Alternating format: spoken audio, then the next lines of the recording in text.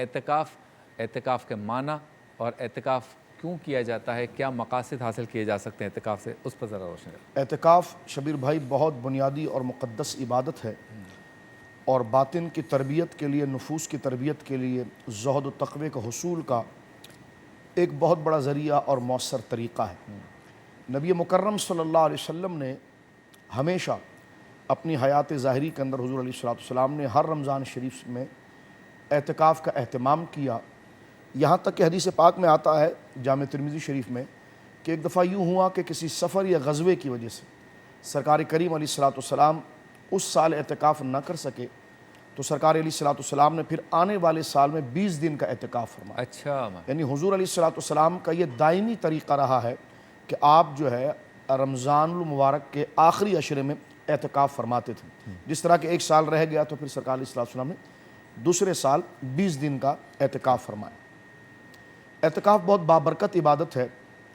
بلکہ اگر آپ ذخیرہ حدیث میں تلاش کریں تو سرکار امام علی مقام امام حسین رضی اللہ تعالیٰ عنہ سے ایک بڑی مقدس روایت ملتی ہے، اور یہ بڑی شان ہے کہ امام علی مقام رضی اللہ تعالیٰ عنہ صحابی رسول بھی ہیں، جس طرح کہ ہم نے پہلے ذکر کیا امام حسن مجتبیٰ کے یوم میں کہ آپ نے سرکار علیہ السلام کے حیات ظاہری کے تقریباً 7 سال کے قریب کا عرصہ آپ نے پایا ہے، اور اس میں جہاں سرکار علیہ السلام کو دیکھنے کا اور سرکار علیہ السلام کی آپ کی محبت و عنایات کا سلسلہ ہوا، وہیں سرکار امام علی مقام رضی اللہ تعالیٰ عنہ اور حضرت امام حسن مجتبیٰ نے کئی احادیث اپنے نانا جان جناب خاتم النبیین صلی اللہ علیہ وسلم سے روایت بھی کی ہے۔ اس میں اسی اعتکاف سے متعلق سرکار امام سید الشہداء امام علی مقام امام حسین رضی اللہ تعالیٰ سے روایت آتی ہے کہ سرکار امام علی مقام فرماتے ہیں کہ نبی کریم علیہ السلام نے فرمایا کہ جو اعتکاف کرتا ہے اللہ رب العالمین جل وعلا اسے ایک اعتکاف کی برکت سے 2 حج اور 2 عمرے کا ثواب عطا فرمائے۔ سبحان اللہ۔ یہ سرکار امام علی مقام سے، تو میں نے کہا کہ ایک تو آپ کا نام مبارک، اور بچپن میں آپ نے حضور سے ساری باتیں سنی ہے، روایت کی ہے، تو آپ نے فرمایا 2 حج اور 2 عمرے کا اللہ رب العالمین ثواب عطا فرمائے۔ جیسے جامع ترمذی کے اندر موجود ہے، میری ماں سیدہ عائشہ کہتی ہیں، ابو داؤد شریف میں بھی ہے کہ جو بندہ اعتکاف کرتا ہے تو اللہ رب العالمین اس کے سال کے پچھلے کے تمام گناہوں کو معاف کر دیتا ہے، گناہ صغیرہ کو اللہ رب العالمین معاف فرماتا ہے۔